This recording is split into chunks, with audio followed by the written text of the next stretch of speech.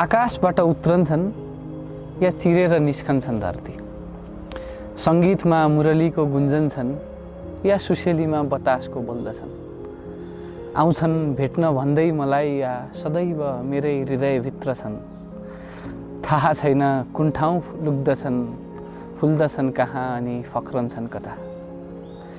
कुनै निश्चित बास छैन मेरो भन्दै हरथोकमा बास माग्ने तिम्रा याद निर्दोष पनि छन् अनि उस्तै हरामी पनि।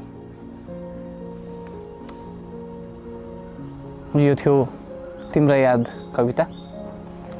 तपाईहरुलाई यो जस्तै अरू धेरै कविताहरू मेरो कविताहरू पढ्न मन छ भने चाहिँ तपाईहरुले यो कविता संग्रह समयका कुला चप्पल किन्नु होला र पढ्नु होला। यो कविता किन्नको लागि चाहिँ तपाईहरुले किताबहरुको वेबसाइटमा पनि जान सक्नुहुन्छ www.kitabharu.com अथवा उहाँहरुको इन्स्टाग्राम पेजलाई फलो गरेर त्यहाँ तपाईहरुले डाइरेक्ट अर्डर नि गर्न सक्नुहुन्छ।